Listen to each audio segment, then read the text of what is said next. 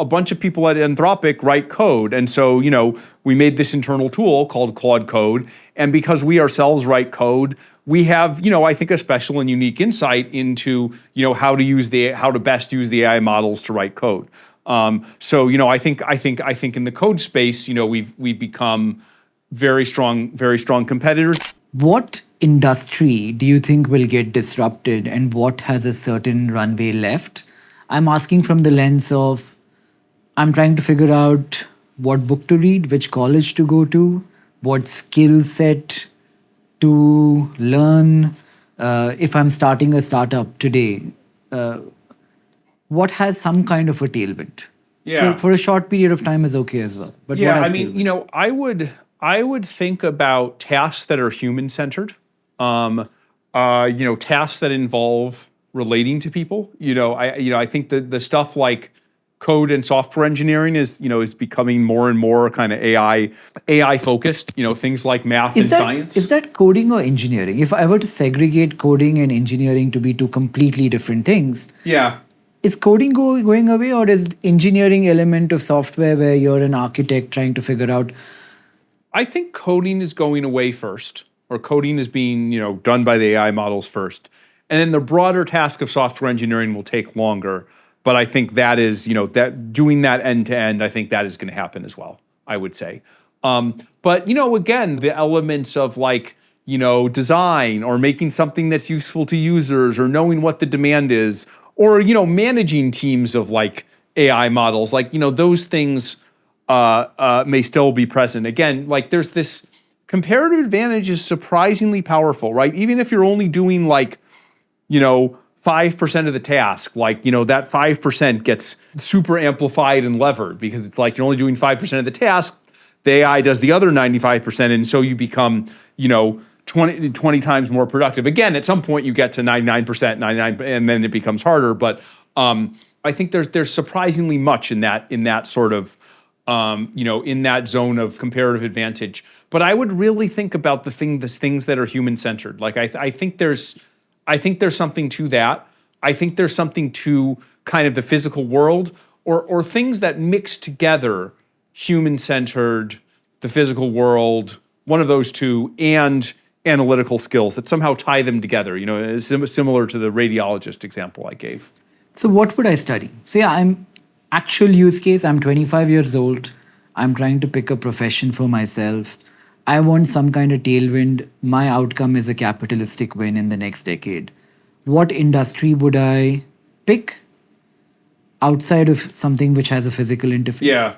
Again, anything where you're building on AI, if AI is the tailwind, if you can be part of some other part of the supply chain, something in the semiconductor space, which, I think is, that's one example, there has an element of kind of, physical world and more traditional engineering, not software engineering. Again, the very kind of human-centered professions, that is something I would think in terms of.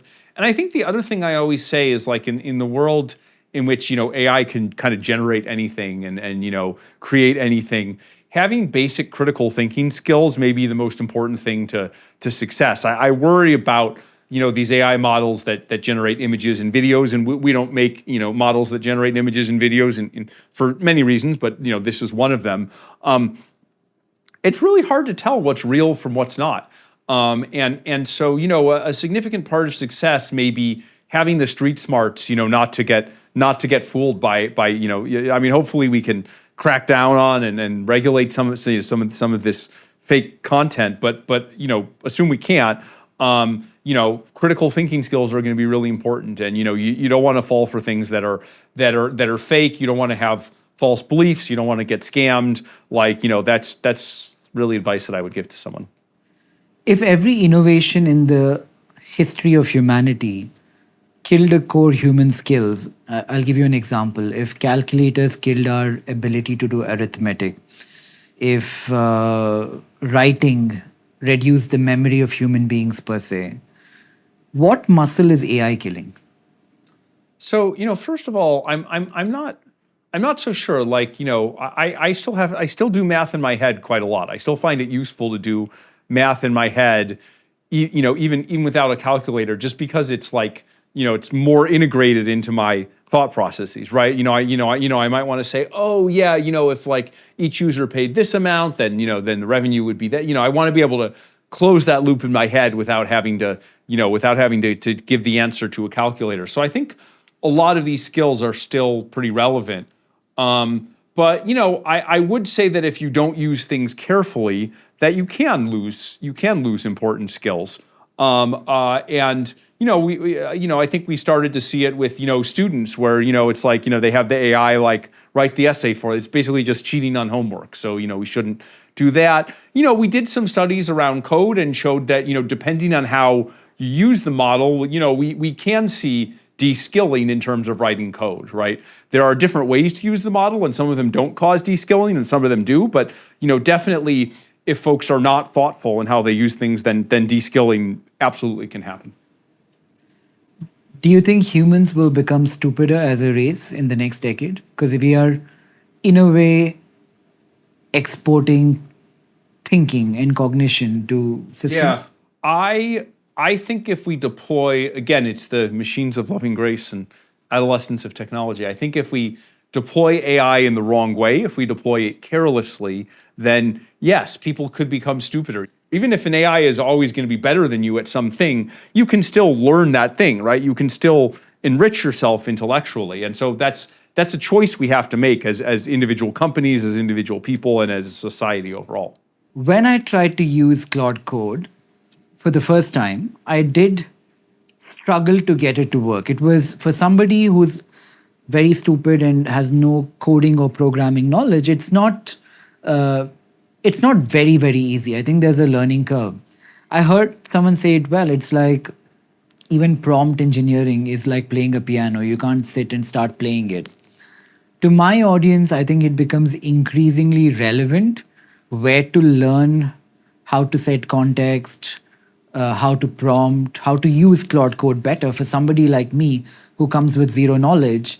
Can you recommend how one does that? Yeah, I mean, first of all, I would say, we're trying increasingly to kind of like make that learning curve easier. So like one of the things that caused us to release Claude Cowork, which is basically Claude Code for non-coders, is, oh man, like we were noticing a bunch of non-technical people who really wanted to use Claude Code and were struggling through the command line terminal to do that, which, it's like coders use the command line terminal all the time, but like non-coders, it's just kind of like makes things unnecessarily complicated. So, Cowork was designed to be more of a, the kind of, it was powered by the Claude Code engine on the back, but, the idea was to kind of make it, more like user-friendly and like easier to use. So, we're definitely trying to introduce interfaces that kind of make it easier. But I would also say, that there's there's like, classes you can take that, help you learn this thing. Now, I think it's a very empirical science. You mostly learn by doing, but, it's like Anthropic has its like, part of the company that we call the Ministry of Education. And, I think increasingly, we'll put out videos on how to run effective agents and how to prompt models. We've already done some of that. And I think we're gonna ramp it up because, we do want everyone to be able to learn this.